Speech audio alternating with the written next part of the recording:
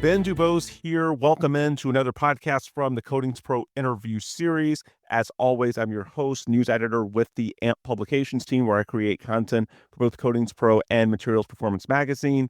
Today, we're going to be talking with construction industry veteran Gary Gray. He's taken on an increasing role within employee stock ownership plans, or ESOP, which is a growing practice these days. It's a subject that I think is potentially of a lot of relevance and interest to our audience, but one that we have not dived into a lot here at Coatings Pro. So we're going to try and correct that today in something of a specialized episode. So Gary, you've had a long history both with ESOPs and the coatings industry, contracting, and so on and so forth. Why don't you introduce yourself to our audience and give some of your career highlights? Hey, well, thanks for having me, Ben. I appreciate you bringing me on, and really excited to share how an ESOP works for contractors. This is it's almost the best kept secret in the construction business is ESOPs, and we're starting to see more and more momentum around them. So great to be able to share. Your audience certainly deserves to know more about this exit strategy and also retirement windfall for their employees. So little bit about me. I've been around the paint business all my life. In fact, I started a paint business fresh out of high school, grew from a residential painting contractor to one of the largest commercial painting contractors in the country, a company called Great A's Contracting that I founded back in 1993 and just recently retired from the business 2 years ago. Um, During that time, we grew the business and started to specialize, strictly in the warehouse and manufacturing market. Our claim to fame was spray and texture on tilt wall, and we carved that niche from the late '90s all the way to, until now. And we like to say we're the second largest painting company in the country, but the number one in the warehouse business. Um, I actually sold Great A's into an ESOP back in 2017. And when I sold the business, we were generating about 26, $27 million a year in revenue. And since that time, we doubled the business twice, grew additional offices. We went from just under 30 million to 60 million, from 60 million to 120 million, and we did it in a short 6 years. I don't believe that the ESOP is necessarily the reason for the growth, but it was certainly gave us the ability to attract really great people to the business, help us to maximize and really take full advantage of that growth. There's a big headwind in the warehouse business, and most of your listeners probably know all about that. And the ESOP allowed us to just really attract great people, motivate our people, get them aligned to take on that growth because, quite frankly, it meant big retirement savings for them. So since then, I actually named my CEO in 2022. Then I retired from operations completely the beginning of 2024, last year. During that time, I started a consulting group called the ESOP Consulting Group. And that was basically my give back, helping other business owners learn more about ESOPs and really to consult post transaction, help these leaders navigate this new transition, this new business environment called an ESOP, or employee stock ownership plan, and how to navigate, operating the business, but then also operating a retirement plan for the benefit of their employees. And then actually late last year, early this year, I also became a partner at a ESOP advisory company called Tenor ESOP Partners. And I head up the construction practice. Interestingly enough, the reason, how I found these guys is they're the transaction advisor that did our ESOP transaction back in 2017. Referred dozens of clients to them over the years. These were friends and other business owners that I knew. And then joined them this year. I was doing a little bit of business development with them last year,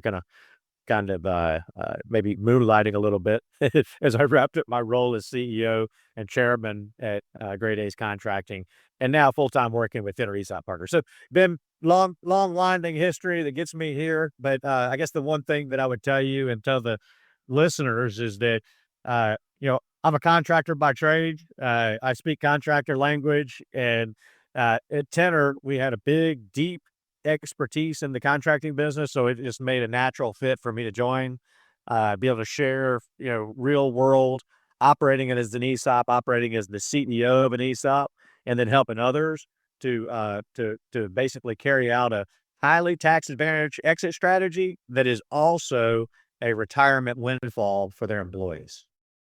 And I mentioned, of course, we represent AMP Publications. AMP is the acronym for the Association for Materials Protection and Performance, of which Coatings Pro Materials Performance are member magazines. AMP is comprised of legacy organizations, NACE International and SSPC, the Society for Protective Coatings. Gary, I know you've got a little bit of ties to those organizations as well as some credentials. Can you speak to that a little bit?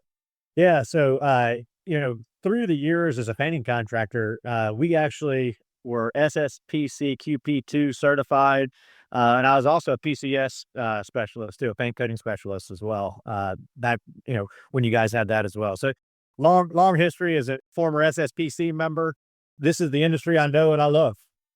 Absolutely. Just wanted to highlight that you have some very specialized insight here with regards to not just the transactional and financial elements of ESOPs, but specifically within the realm of the coatings industry and especially for coatings contractors. And so I think that's what makes you a really unique and valuable resource to our audience. So transitioning to the ESOPs, let's start with the basics. What is it? I know there's a lot of momentum towards these types of transactions as a growth tool. And so there's some incentives to it. You're hearing about more and more momentum in the construction sector towards that. Why is that the case? And what are just some of the high level basics, if you will, for what this is? Yeah, sure. So to speak to the momentum, you're absolutely correct, Ben. The biggest segment of new ESOPs last year were construction companies. And it really just makes sense. I mean, we're a people business and this is a people transaction. This is a transaction that allows the selling shareholders to receive fair market value for their stock, to actually receive, really unlock the equity that they deserve in the businesses that they grew. But then it also takes really good care of their employees.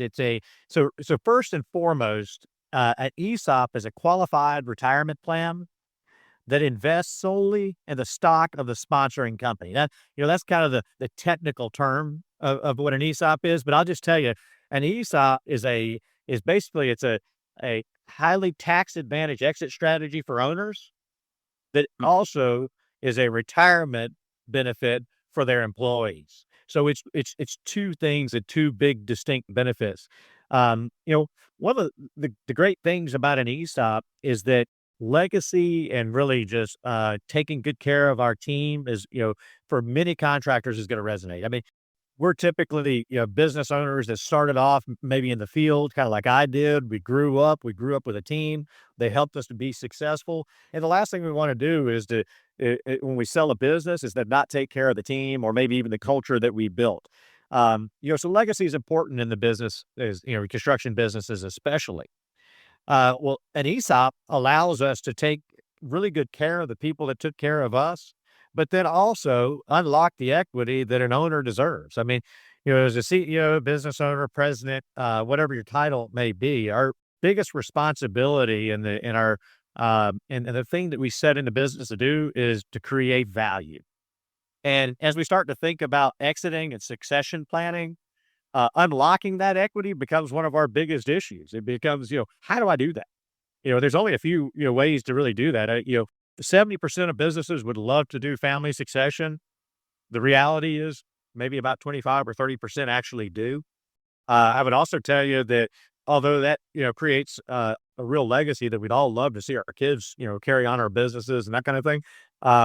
Unfortunately, it probably unlocks the lowest amount of the value out of a business. Management buyouts. That's another thing that we commonly see in the construction industry. Management buy-ins or management buyouts. Again, great for legacy, not so great for unlocking value. They're typically traded at, internal multiples or discounts, sometimes even book value, which, by the way, is basically liquidation value. So then we kind of go to the other end of the spectrum, and it's strategic buyer, it's private equity, it's third-party buyers that can basically may trade you a check at closing for your business, and then you can head to the beach. But unfortunately, it may mean that the culture and the team is going to fall apart once you leave.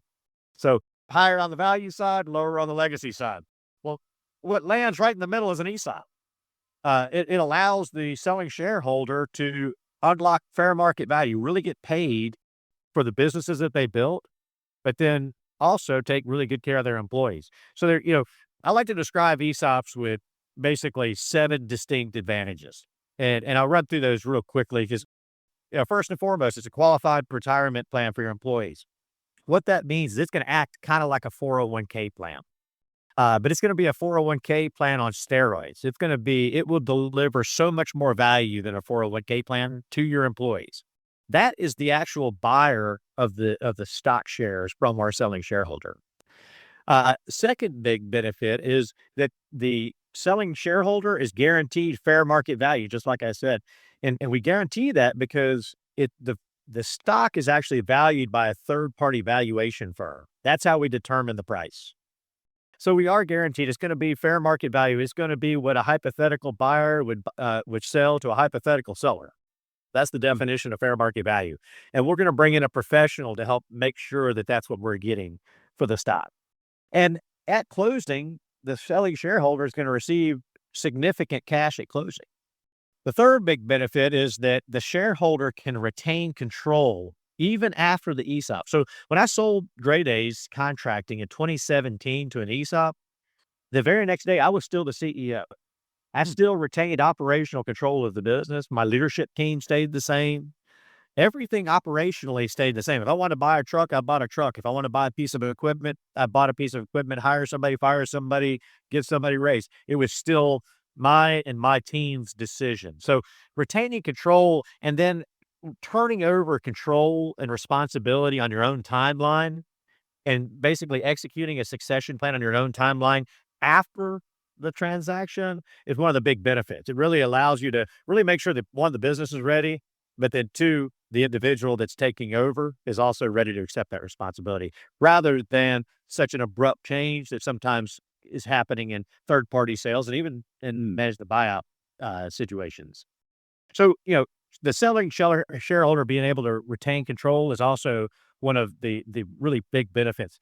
The fourth benefit, it's highly customizable. These plans are customizable. Now, they're qualified retirement plans. They're covered by the DOL and the IRS. So you can't discriminate between employees, but we can design these plans to basically make sure we're meeting the strategic objectives of the selling shareholders. So I'll give you for instance, at Gray Days, we wanted to really drive the value down to our producers. We wanted to drive it down to what our project management and foreman level. We wanted to drive it down to the people that were actually taking really good care of our customers and making sure that they were repeat customers. So we basically lowered the salary cap, the compensation cap on our plan so that the shares were more evenly distributed instead of such a large portion being given to the executive team, for instance. Okay. So we're able to customize these plans. You can also sell, 30% up to 100% into an ESOP. You don't have to sell 100% of the shares into the ESOP trust. So they're highly customizable. And if you have a really good transaction advisor that understands the business, gets creative, works entrepreneurial, we can actually design these plans to really meet the specific needs of each and every business because every one of them is a little different. The next two, number 5 and number 6, this talks to the tax benefit, which is by far one of the biggest benefits of doing an ESOP over other transactions. Because let's face it, when you talk about exit options, it's really, what really matters is how much cash ends up in the selling shareholder's bank account. It's the net proceeds. And these tax advantages really give an advantage to people selling into or shareholders selling into an ESOP or into an employee stock ownership plan. The first one is the business. If you're an S Corp, if you're taxed as an S Corp and you sell 100% of your stock into an ESOP, trust or retirement for the retirement benefit of your employees, then that business ultimately becomes a for-profit tax-free entity. And yeah, you heard me right. It's amazing. These businesses no longer pay corporate income tax. So the days of the income flowing through to the business owner through a K-1, all that goes away and all that tax money stays in the business. So assuming that, most of our owners are probably, in that higher end tax bracket, 35, 40% tax bracket, That's 40% more money staying in the business. That's how we're able to subsidize these transactions and be able to pay off the debt that the business is holding on the shares of stock so quickly. It's because the business no longer pays taxes. If you're a C corporation, there's still additional benefits. In a C corporation, we could deduct all of the loan payments and all the interest, direct deduction off your taxes. The other big benefit, big tax benefit, is the idea of a 1042, an IRC 1042. This is an IRS code that allows for businesses selling their shares of stock into an ESOP trust to permanently defer capital gains. Now, this is a complicated process, but it's going to work very similarly to like a 1031 exchange in real estate. And I'm sure many of your listeners probably know about how a 1031 works. It's going to work very similarly. But just know there's an option for the selling shareholder to permanently defer the gains, the capital gains tax on the transaction, full transaction amount. So it's amazing. And what these two benefits do is, one, it allows the shareholder to get more money out of their business quicker, and the net proceeds that hit their bank account to be much more than they would be in third-party sales. And then the seventh benefit, this is the last benefit that I'll talk about these are only available to ESOP, selling your business into an ESOP. The seventh benefit is this idea of a second bite of the apple. Now, this is going to be different from the second bite of the apple that you might have heard from a third-party sale from private equity. The way their second bite of the apple works is we're going to buy 80% of your business, ask you to retain 20 that you'll sell later. Well, I'm only paying you for 80% of the business, and your 20% up for risk. That's their second bite of the apple. The way the second bite of the apple works in an ESOP is that we're going to sell 100% of the stock, and you're going to have a transaction structured for 100% of the stock. And then immediately following closing, we're going to carve out about 30% of the stock and put it into two buckets. One bucket is for the selling shareholders so that they can participate in the future growth of the business and exercise that stock at a later date. That incentivizes that selling shareholder to stay on and continue to operate the business. And then the second bucket we're going to use to incentivize our key management personnel. And this is going to be, allow the business, the former selling shareholder, to be able to offer equity incentives to key employees. So that, one of the misconceptions about an ESOP is that everybody has to be treated exactly the same. And, how do I motivate key leaders? Well, this is the avenue, or the mechanism, you should say, to be able to incentivize those key leaders with additional equity incentive. And it's through this idea, or this concept, with the second bite of the apple. So 7 big benefits. There's a number of other just benefits that happen with ESOPs. We're creating legacy that, much bigger than just the name on the front door. We're creating alignment between all of the stakeholders. I like to say we create alignment between the business purpose, the profit, and the people. Everybody is aligned around a common share price, and that's something that's you could do with or without an ESOP, but it's just much easier to do with an ESOP, and everybody's rowing the boat in the same direction. You mentioned one of the misconceptions. I know anytime there's a trend like this in the industry, there's going to be some that are hesitant to fully buy in. What is the pushback? And be it for real reasons or misconceptions, what's the hesitation that's out there in the market? And is there a response to some of those concerns? Yeah, so I would tell you that there's a number of misconceptions. Before I jump into those, I'm actually going to just share with you. People hear all those benefits first, and they say, "Okay, where's the catch? Gary, come on, Right. This sounds way too good to be true." I'll tell you, the biggest disadvantage of an ESOP is you're likely not going to receive 100% of your cash at closing. If this is the transaction, if you need an exit option that you're going to trade the business, the culture, the team, everything you built for a check at closing and want to head to the beach, this is probably not the transaction for you. Most transactions are going to receive, a significant amount of cash, probably, 30 or 40% of cash at closing, and the balance in an interest-bearing note. Okay, so it's not 100% cash at closing sort of deal. That's one of the big disadvantages. Second disadvantage is there is a liability being created. We're obligated to buy the stock back because this is a retirement plan for your employees.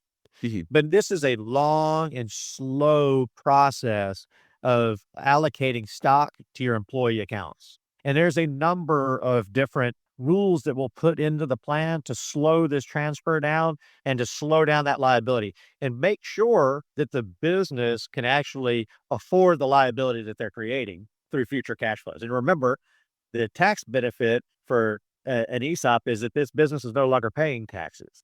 So we're, and that's a permanent tax benefit for S corps that sell 100% of their stock. So we're obviously holding on to a lot more cash, and that's what we're using that cash for, is to cover that retirement liability at the other end.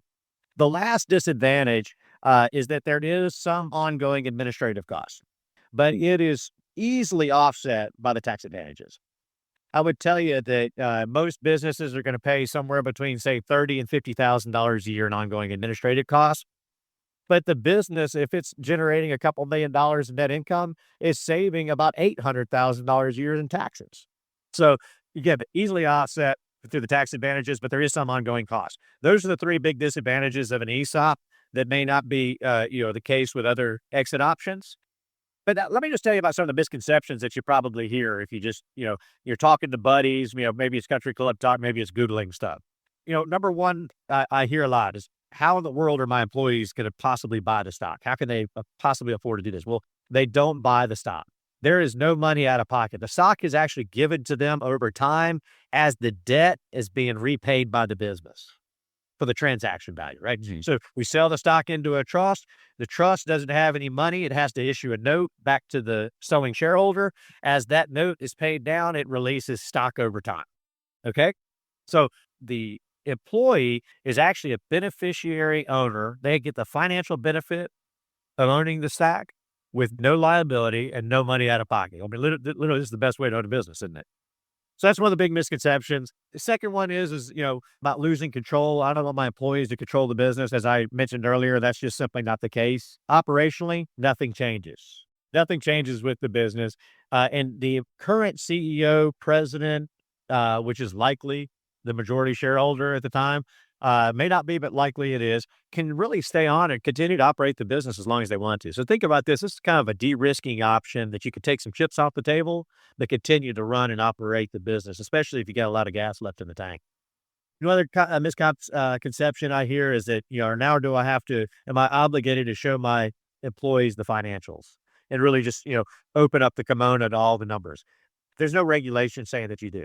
I'll tell you that in order to really take full advantage of the alignment that ESOPs create, I'd say you had to be at least comfortable with some level of financial transparency with your employees, but there's no regulation saying you need to. And most of the companies that like the idea of an ESOP and like the idea of shared broad-based employee ownership are already doing some sort of open book management as it is, but there's no regulation saying that there is. Shareholders are going to receive less money. Again, I've already addressed that. Your guaranteed fair market value. I hear ESOPs are expensive. ESOPs are a burden. None of this is true. It's ESOPs are going to be very similar to maintain your 401k. You're going to have a third-party administrator. You will have to have an annual valuation. That's part of the ongoing operating cost of an ESOP, is that you'll have to have an ongoing or an annual valuation. And a hired trustee is optional, but recommended. But these are all the things that I'm telling you that for $40,000 or $50,000 a year, the ongoing administrative costs are low, and it's no more of a burden to maintain than your 401k. The other thing I hear about ESOPs, and a common question I get, the misconception is it's only for big businesses. The question I get is, how big does the business need to be? I would tell you that ESOPs really start to make sense when the business is creating about $2 million or more in EBITDA. So $2 million or more and net income, and adding back the interest. So it'd be earnings before interest, taxes, depreciation, and amortization costs. So adding all that stuff back, if you're about $2 million in net cash flow each year, and you operate about 20 W-2 employees at a minimum, that's where the fees are just offset in an ESOP. That's where it starts to really make financial sense of the closing costs. So what about it specifically makes sense for our audience here at Coatings Pro, which is predominantly coatings contractors, but we've also got equipment suppliers, material suppliers, people throughout the entire coatings value chain, really. What about this potentially makes sense in those industries particularly?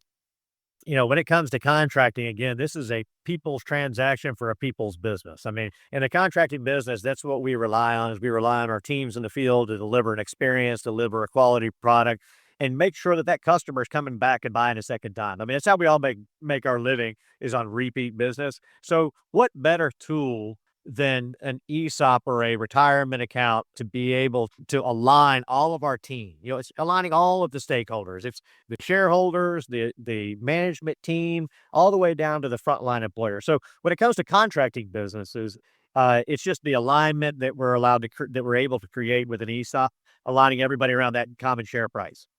Obviously, the tax benefits span across all three of the industries that you just spoke to, or are segments of our industry and our market. But I would tell you that, equipment suppliers and manufacturers, asset rich businesses, and really some of our industrial coating contractors also asset rich. One of the other benefits of an ESOP is this is a stock sale. So we're avoiding some of the depreciation recapture that impacts the net proceeds if you were to do an asset sale, which a lot of these third party sales are structured as asset sales, because let's face it, buyers want to buy assets and sellers want to sell stock. It's just it's a commonplace in the exit options, and ESOPs are stock sales, so it allows for equipment suppliers, equipment rental companies, big manufacturers, any of these asset heavy businesses, to really avoid a big reduction in net proceeds due to depreciation recapture. And let's face it, we've all got employees. We all, we would all love to create this kind of alignment inside our businesses and to be able to accelerate growth in our businesses. I mean, ESOPs, I like to say ESOPs are, a perfect tool to enhance really great culture. So if you have a business that you built a really great culture, the ESOP's going to do just put it on steroids. It's going to help you just take it to the next level. So the last question I've got for you, if someone listening decides to potentially go down this road, what does it actually look like, the implementation?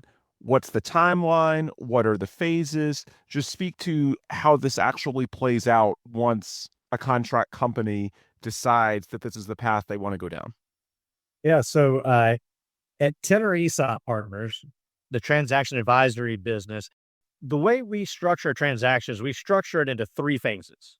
I would tell you, if you back it up a step from that, most of our selling shareholders, the first thing they're going to do is they're going to do a bunch of research.